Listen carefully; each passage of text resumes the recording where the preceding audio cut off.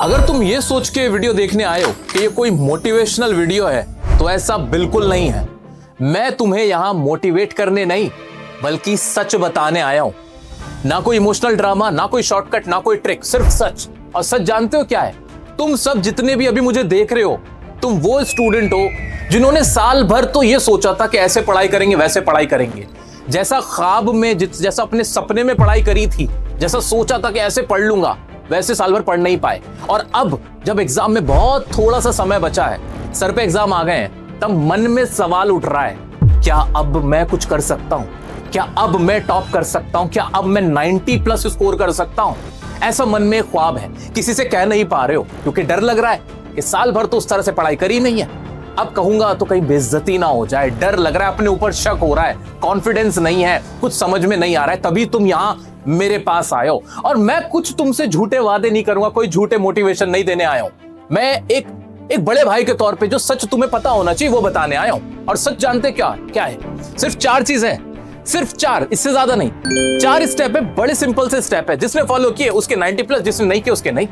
इतनी सी बात है और कुछ भी नहीं है, इसलिए मैंने लिखा भी आगे, you are just 1 step away, एक कदम दूर हो। वो कदम जानते हो क्या है? विश्वास। विश्वास करो प्रोसेस पे ट्रस्ट करो कि ये 4 स्टेप है, 1 2 3 4, बस मुझे ये फॉलो करने हैं और बात खत्म। इसके अलावा और कुछ है ही नहीं।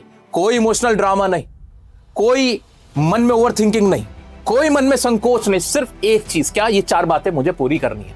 जानते हो 4 बातें क्या है? आज मैं तुम्हें बताऊंगा, लेकिन मैं चाहता हूं उससे पहले एक प्लेज लिया जाए। हम सब मिलकर एक प्लेज लेके, हाँ मैं ये 4 बातें फॉलो करूंगा, चाहे कुछ भी हो जाए। कमेंट में लिखो आई प्लेज। आइए मैं आगे बढ़ता हूं। मैं बहुत अच्छे से समझता हूं कि इस वक्त तुम्हें क्या महसूस हो रहा है, तुम्हारे अंदर क्या चल रहा है। सवालों के घेरे में तुम खुद को खड़ा हुआ महसूस करते हो, अपने ऊपर शक है, कॉन्फिडेंस की कमी है, सब पता है मुझे। मैं भी रिसेंटली शाची नाम के एक स्टूडेंट से मिला जो कि दिल्ली यूनिवर्सिटी से अपनी ग्रेजुएशन कर रही है। उसने मुझे अपना रिजल्ट दिखाया तो उसके 10th में तो 70% थे, लेकिन 12th में साइंस स्ट्रीम से 94% लाई वो। मैंने उससे पूछा कि बेटा ऐसे कैसे हो सकता है? 10th में तो अक्सर लोगों के, बच्चों के नंबर अच्छे आ जाते हैं, लेकिन 12th तक आते आते उनका परफॉर्मेंस डिक्लाइन हो जाता है, तुम्हारा उल्टा हुआ है, ऐसा कैसे? उसने मुझे जवाब दिया कि सर देखो, सीधी सी बात यह कि 10th में मैं अपनी एनर्जीज इधर उधर वेस्ट कर रही थी, 12th तक आते आते मुझे अकल आ गई और मैंने ढंग से पढ़ाई कर ली। वही 4 स्टेप होते हैं, वो मैंने फॉलो किए, ठक ठक ठक और खत्म, और मेरे 94 आ गए। ऐसा ही तुम्हारे साथ भी है। तुम्हें लगता है तुम 60-70% वाले बच्चे हो जो कि तुम्हारे दिमाग में यहां घुसा दिया गया, जबकि ऐसा कुछ नहीं है। तुम भी वही 90 वाले हो, तुम्हारी एनर्जीज गलत डायरेक्शन में, तुम्हारी डायरेक्शन गलत है और कुछ नहीं। उस डायरेक्शन को मैं ऐसे यहां से पकड़ के ना इधर लेके आ जाऊंगा। ये 4 स्टेप बता रहा हूं बस। उसका पहला स्टेप क्या है? ध्यान से सुनो, बड़े ध्यान से सुनो। तुम्हें एग्जाम से पहले इस वक्त सबसे पहला काम क्या करना है? एक चीज क्लियर रखो, तुम्हें अपने सिलेबस, जितना भी तुम्हारा सिलेबस है, सबसे पहला काम फुल सिलेबस की रिवीजन करनी है। कैसे करनी है? इसका तरीका सुनो। अभी जितना भी समय तुम्हारे पास है, कितनी ही पढ़ाई नहीं की है, कैसे की है, कोई फर्क नहीं पड़ता। अब सीधा सा टारगेट है कि भाई सबसे पहला काम रिवीजन अच्छे से करनी है। रिवीजन कैसे होगी? उसके भी बहुत सारे तरीके से देखा जाए, 4 महीने चाहिए रिवीजन के लिए, 3 महीने चाहिए, 2 महीने चाहिए, तब जाके सिलेबस कंपाइल होगा। नहीं, तुम स्मार्ट हो। स्मार्ट लोग अच्छे मार्क्स स्कोर करते हैं, टॉपर बनते हैं। तुम्हें स्मार्टली अपना काम करना है। क्या रिवीजन का भी स्टाइल होता है भाई? ऐसे रिवीजन नहीं कि बस लगे हुए किताब खोल के लगे हुए, नहीं। तुम्हें रिवीजन कैसे करनी है? स्मार्टली रिवीजन करनी है। स्मार्टली कैसे करोगे भाई? सिलेबस इतना सारा पेंडिंग है, बैकलॉग बना हुआ है, कैसे उसे कंपाइल करना है, कैसे उसको रिवाइज करना है? तरीका क्या कि प्रीवियस ईयर क्वेश्चंस जो हैं उनकी रिवीजन, उनके साथ रिवीजन करना है तुम्हें।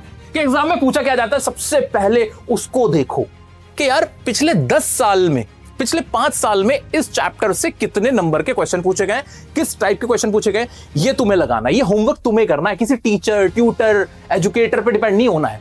उनको फर्क नहीं पड़ता तुम्हारे रिजल्ट से, उनको फर्क नहीं पड़ता है। हाँ, अगर तुमने उनका पेड कोर्स ले रखा है तो उन्हें फर्क पड़ेगा। और उसमें भी अगर तुमने अच्छा परफॉर्म नहीं किया, कौन तुमसे आके पूछता है?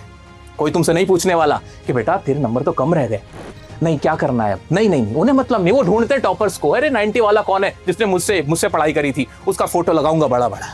यह है सच्चाई दुनिया की, मैं तुम्हें सच बता रहा हूं। ठीक है, तो कैसे रिवीजन करनी है? स्मार्टली रिवीजन करनी है। प्रीवियस ईयर क्वेश्चन खुद देखने पड़ेंगे मेरे भाई, तुम्हें खुद अपना रास्ता तय करना है। तो यहां से देख लिया, अच्छा प्रीवियस ईयर क्वेश्चन यहां से ज्यादा आए थे, इस चैप्टर में से इतने ही सवाल पूछे गए थे। चैप्टर तो बहुत बड़ा था, सवाल सिर्फ 2 पूछे जाते, छोड़ो ना उस चैप्टर को। छोड़ो उस चैप्टर को, बाद में देखना। चैप्टर छोटा था, सवाल हर बार आते थे, ज्यादा नंबर के आते थे, उसे पकड़ना है। ये तरीका होता है रिवीजन करने का। ये तुम्हें करना होगा, ये तुम्हें करना होगा सब्जेक्ट में। और क्या, सेल्फ स्टडी। अब रिवीजन कैसे कर रहे हो तुम? सर पूरे पूरे दिन वीडियोस तो देख रहा हूं मैं, पूरे पूरे दिन क्लास ले रहा हूं, ट्यूशन जा रहा हूं, लेक्चर ले रहा हूं, पूरे पूरे बड़े बड़े महंगे महंगे मैं फीस दे रहा हूं, महंगे महंगे कोर्स खरीद रहा हूं, महंगी महंगी मैंने सैंपल पेपर खरीद के रख लिया, बस तैयारी बढ़िया चल रही है। नहीं, तुम्हारी तैयारी एकदम बढ़िया नहीं चल रही है। नहीं नहीं नहीं, बेवकूफ मत बनो, बेवकूफ मत बनो। ध्यान से देखो, ध्यान से सोचो, क्या ऐसे पढ़ाई होती है एग्जाम में? क्या लेक्चर जो तुमने टीचर से लिया, वो एजुकेटर जो है, क्या वो देने जाएगा तुम्हारा एग्जाम? नहीं नहीं, तुम्हें देना है। सेल्फ स्टडी, बिना देखे कितने तुम सवाल कर पा रहे हो, बिना देखे तुम्हें कितने कॉन्सेप्ट याद है, तुमने खुद के कितने नोट्स बनाए, सेल्फ प्रिपेयर्ड नोट्स कितने हैं, कितनी तुमने प्रैक्टिस की, अपने आप से पूछो कितना तुम्हें आता है। बात खत्म। कोई टीचर, कोई किताब मैटर नहीं करती। फिर अगर तुम्हें सवाल का जवाब पता है तो बस बात खत्म हो जाती है। वहीं पे दो ही बातें तो होंगी, या तो तुम्हें आता होगा या नहीं आता होगा, बस तीसरी तो कोई बात ही नहीं है। तो तुम्हें सिर्फ सीखने से मतलब है और खुद की सेल्फ स्टडी। सेल्फ स्टडी करने का सर तरीका नहीं पता, ये रही वीडियो मैंने दे रखा है, पूरा लेआउट दे रखा है कि ऐसे ऐसे सेल्फ स्टडी करनी है।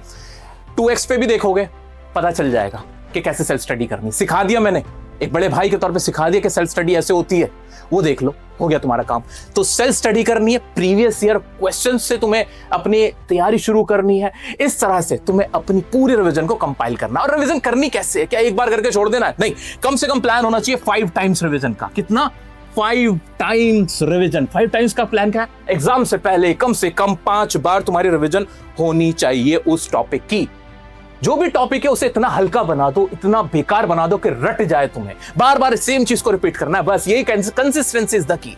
एग्जाम अगर 15 दिन भी है ना, अगर 10 दिन भी है ना, तब भी तुम्हारे पास 24 घंटे होते हैं, तब भी तुम अपने रिजल्ट में 5 से 10% का बूस्ट ला सकते हो। और ये कोई बहुत बड़ा काम नहीं है। स्मार्टली स्टडी, स्मार्टली कि करना क्या, एग्जाम में पूछा क्या जाता है वो पढ़ूंगा। वो भी कैसे पढ़ूंगा कि एक बार पढ़ा, फिर छोड़ा, फिर दोबारा से आया, दोबारा उसको रिवाइज किया, फिर दोबारा से रिवाइज किया। ऐसे करूंगा। ऐसे नहीं कि मैं बिना सोचे समझे कोई काम कर रहा हूं, नहीं, मेरा प्लान होना चाहिए। तुम सब शेर हो, टाइगर हो, प्लानिंग से चलोगे, प्लानिंग से चलो। जितना भी तुम्हारे पास समय उसको प्रॉपरली यूटिलाइज ऐसे कर। अब तुम्हारे मन में बहुत सारे सवाल आते हैं कि सर किस टीचर से पढ़ूं, किस किताब से पढ़ूं, मेरा दोस्त तो इन टीचर से पढ़ रहा है, मेरा दोस्त ने तो ये वाली किताब खरीद ली, वो टीचर कह रहे हैं कि ये वाली बुक लूं, लेकिन मुझे समझ में नहीं आ रहा है, मैं क्या करूं? भाई keep it very very simple buddy. जिस टीचर का तुम्हें समझ में आ रहा है एक टीचर पकड़ो, जिस बुक से तुम्हें समझ में आया एक बुक पकड़ो और उसी को 5 बार रिवाइज कर लो। Keep it very simple, irrespective of what others saying. तुम्हें दूसरों से मतलब नहीं होना चाहिए, तुम मैच्योर्ड इनफ हो, ये बात मान के रखो। ना कि 5 टीचर्स को देख रहे हो, 5 किताबें रख ले अपने पास और सिर्फ एक एक बार उनको देख रहे हो, इससे कोई फायदा नहीं होगा। क्यों? हर टीचर अलग है, हर किसी का स्टाइल अलग है, हर किताब अलग है, किताब का तरीका अलग है। तुम घूम जाओगे, तुम्हारी मेमोरीज में वो चीज रह नहीं पाएंगी। एक को पकड़ा, 5 बार पढ़ लिया, एक लेक्चर को 5 बार देख लिया, खत्म करो कहानी। इतना ही आसान है, इससे ज्यादा कुछ नहीं कर। सर ट्यूशन जाएं क्या? वो जो पेड कोर्स हमने लिया था उसकी ऑनलाइन क्लास है सर, वो उसकी 1 घंटे की क्लास देखनी पड़ती है, 1 घंटा वहां देना होता है। क्या करें सर, बैकलॉग बना हुआ है, सिलेबस कैसे कंप्लीट होगा ऐसे? भाई भाई भाई भाई भाई, पैसे दे दिए, तुम्हें लग रहा है पैसे नुकसान में चले गए, जाने दो यार। 1000-2000 रुपए एक बार को नुकसान में चले जाए, लेकिन पूरा करियर नुकसान में नहीं जाना चाहिए। तुम्हें लग रहा है कि वो क्लास लेते वक्त तुम्हारे दिमाग में 100 चीजें चल रही होती हैं, समझ में कुछ नहीं आ रहा है, परेशान बैठे हो, इमोशनली फिजिकली हर तरह से तो तुम ड्रेन्ड आउट हो, हर तरह से तुम एग्जॉस्टेड हुए बैठे हो। तो तुम्हें क्या करना चाहिए? क्लासेस बंद करो, ट्यूशन क्लासेस बंद करो। सेल्फ स्टडी का टाइम है ये 1-2 महीने सेल्फ स्टडी के होते हैं, कोई ट्यूशन क्लासेस की तुम्हें जरूरत नहीं है। किसी टॉपिक में फंस भी रहे हो ना, यूट्यूब पे सब कुछ अवेलेबल है, सारे वीडियोस अवेलेबल है, लेक्चर्स अवेलेबल है। कोई ऐसी टेंशन वाली बात नहीं कि कोई टीचर ही आएगा तुम्हारा हाथ पकड़ के लेके जाएगा, तुम्हें 90+ तक लेके जाएगा, ऐसा कुछ नहीं होता है। तुम्हें आंसर आता है या नहीं आता है, 2 ही बातें होती हैं, और कुछ होता ही नहीं, इसके अलावा कुछ नहीं है बीच में, ठीक है? तो ये स्टेप तुम्हें लेना है। अगर कोई क्लास ट्यूशन की ऐसी है जो तुम्हें लगता है कि नहीं समझ में आ रही, टाइम वेस्टिंग है, अभी उसका समय नहीं है, सेल्फ स्टडी करो, घर पे बैठो आराम से 5-6 घंटे शुरुआत। रिवीजन करते वक्त एक समस्या बहुत आती है कि किसी सवाल में, खासतौर से प्रैक्टिकल जो सब्जेक्ट्स है तुम्हारे, मैथ्स हो गया, फिजिक्स हो गया, उसमें तुम फंस जाओगे और वो तुम्हारा बहुत टाइम कंज्यूम करने लग जाएंगे। उस वक्त तुम्हें एक काम करना है, उनको मार्क करके रख देना है और उन पे P लिख देना है कि यार ये प्रॉब्लमैटिक थे, बाद में देखूंगा। और जो आसान वाले, जो थोड़े एवरेज क्वेश्चन है, पहले उनको बढ़ाना है, उनको ज्यादा प्रैक्टिस करके पहले रख लेनी है। बाद में एंड में देख लेना कि अच्छा ये 5-7 ही क्वेश्चन तो थे, यही तो थे, 10 क्वेश्चन ज्यादा 10 ही तो होंगे, इससे ज्यादा कितने होंगे? उन 10 क्वेश्चन को लास्ट में बाद में देखूंगा, ताकि तुम साइकोलॉजिकली अच्छा महसूस करो। ये नहीं कि एक क्वेश्चन पे तुमने 2 घंटे लगा दिए, तुमसे सॉल्व होके नहीं दे रहा, तुम लग गए उसके पीछे, लग गए, नहीं पागलपन सवार हो गया। No man, you are very smart, you are smart. What if that question does not come your exam? फिर क्या करोगे तुम? फिर तो फंस गए ना। इसलिए टाइम वेस्ट मत करना। याद रखना, जिन भी क्वेश्चन में फंसो, लंबे क्वेश्चंस हो, लगे कि यार अभी इसमें टाइम देने का टाइम नहीं है, तो उसको मार्क करके बाद के लिए रखो। हो सकता है एग्जाम में आए ना, हो सकता है चॉइस में आए, बहुत सारी चीजें हो सकती हैं। तो पॉजिटिव रह के तुम्हें पढ़ाई करनी है, अपना टाइम बचाना है, स्मार्टली स्टडी। तुम्हें 4 का टेबल आता है? अच्छा, तुम्हें ट्विंकल ट्विंकल लिटिल स्टार वाली पोएम आती है? अच्छा, इंसान के शरीर में कितनी हड्डियां होती हैं? इन सब सवालों के जवाब तुम्हें पहले से ही पता थे।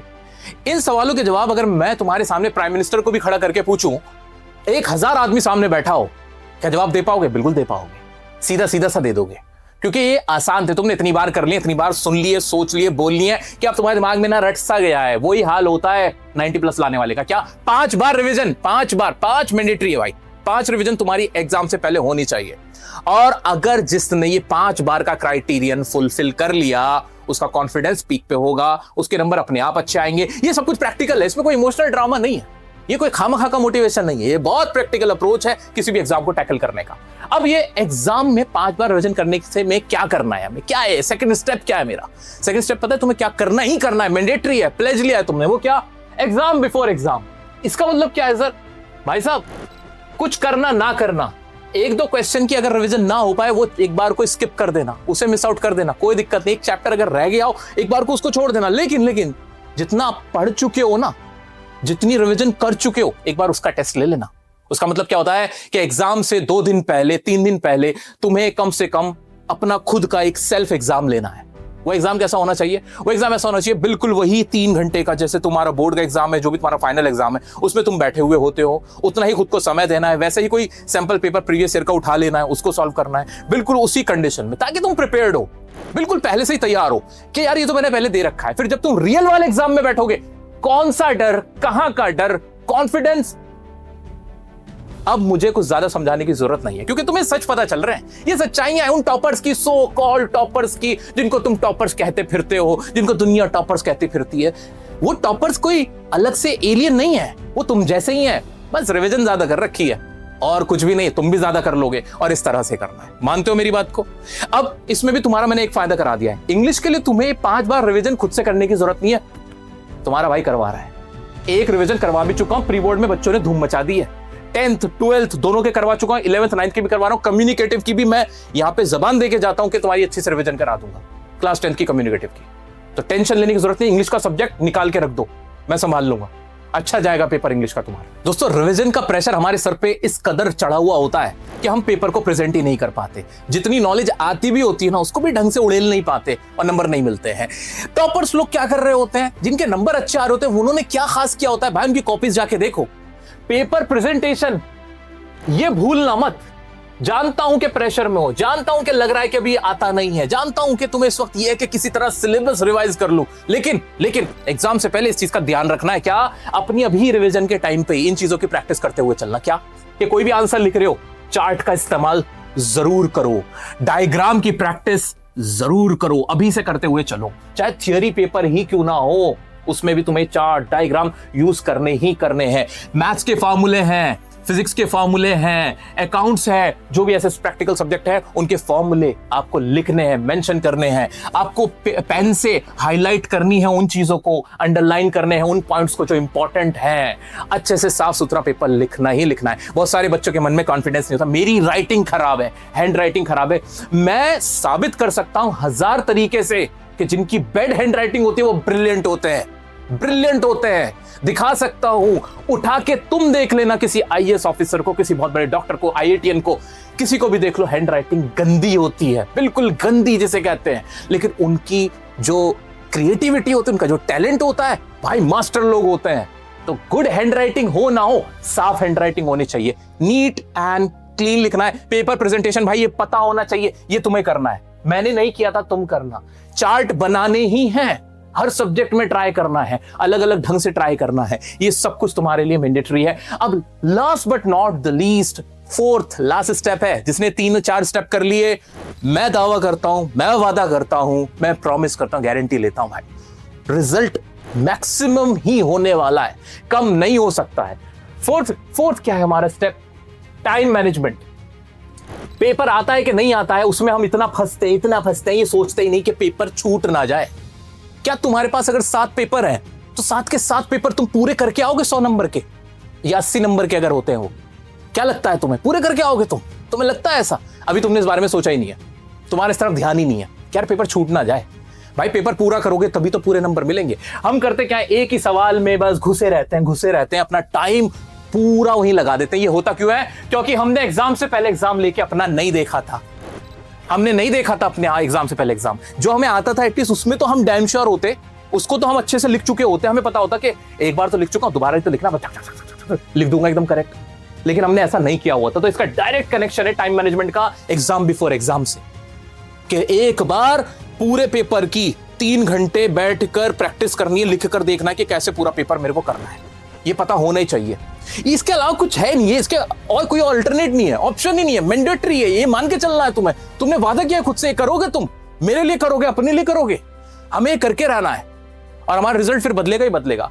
Time management is important. दूसरा क्या करते हो, पता ही नहीं होता अगर थ्योरी पेपर है कि लॉन्ग आंसर कितना बड़ा लिखना है, पता ही नहीं है, बस लिख रहे कहानी नहीं। You are smart, don't forget it. Pressure में मत आना बच्चा, प्रेशर में नहीं आना।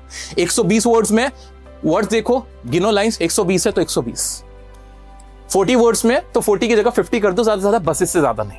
रुकना है समझदारी से।